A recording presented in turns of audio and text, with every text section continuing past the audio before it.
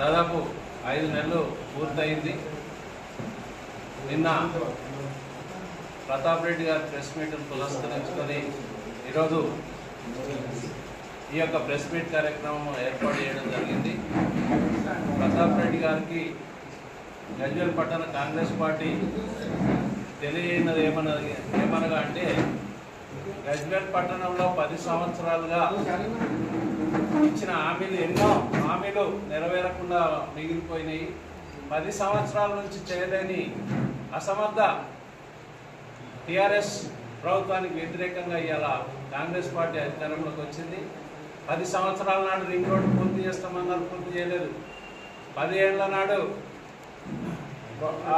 డబ్బాలోళ్ళకి డబ్బాలు తీసిస్తామన్నారు, డబ్బాలోళ్ళకి జాగాలు చూపించలేదు. 10 సంవత్సరాలు ఇల్లు ఇస్తామని అన్నారు, ఇల్లు ఇవ్వలేదు. ఈరోజు కూడా 10 సంవత్సరాల నాడు నిర్వాసితులందరికీ కూడా మేము ఏదో ఒక ఉపాధి చూపిస్తామన్నారు, ఉపాధి చూపించలేదు. ఇలా ప్రతాప్ రెడ్డి గారు మాట్లాడుతున్నారు మేము ఇది రాక్షస పాలన అని. అయ్యా ప్రతాప్ రెడ్డి గారు, నీ మీద గత ప్రభుత్వం ఎన్నో కేసులు పెట్టింది.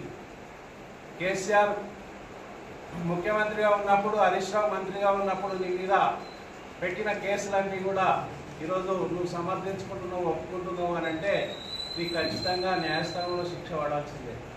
మరి ఇదే విషయం నిన్న ప్రెస్ మీట్లో కేసీఆర్ ప్రభుత్వం మంచిది అని చెప్పని నువ్వు వకాల్తా ఇస్తున్నావు కదా, జడ్జి ముందట అదే కన్ఫ్యూషన్ ఇచ్చేసేయి. అదే కన్ఫ్యూషన్ ఇచ్చినట్లయితే నీ మీద కేసులన్నీ కూడా నీకు ఖచ్చితంగా శిక్ష పడతాయి. ఎందుకనంటే ఒక మంచి ప్రభుత్వం అని నువ్వు కితాబిచ్చినావు, ఆ మంచి ప్రభుత్వం నీ మీద కేసులు పెట్టింది కదా, ఆ కేసులన్నిటికీ కూడా నువ్వు జవాబు చెప్పుకునే స్థితిలో ఉండి ఇవాళ కాంగ్రెస్ను విమర్శిస్తున్నావు అని అంటే నీ యొక్క అవకాశవాదానికి, నీ ధనదాహానికి పరాకాష్ఠగా ఇవాళ నిలుస్తుంది.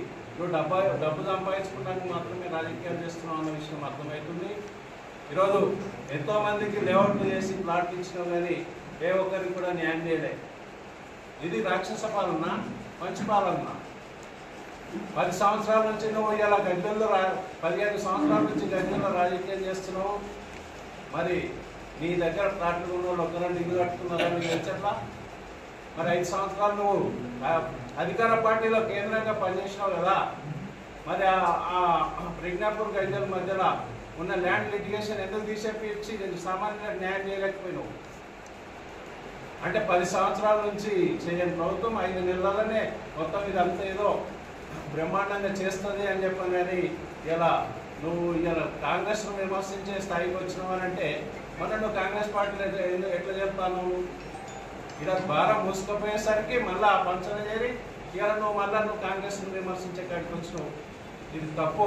రాజకీయాల్లో ప్రజలకు మేలు చేసే కార్యక్రమాలు చేయాలి. ఈరోజు కూడా అధికారం గజ్వేల్లో మీకే ఇచ్చారు.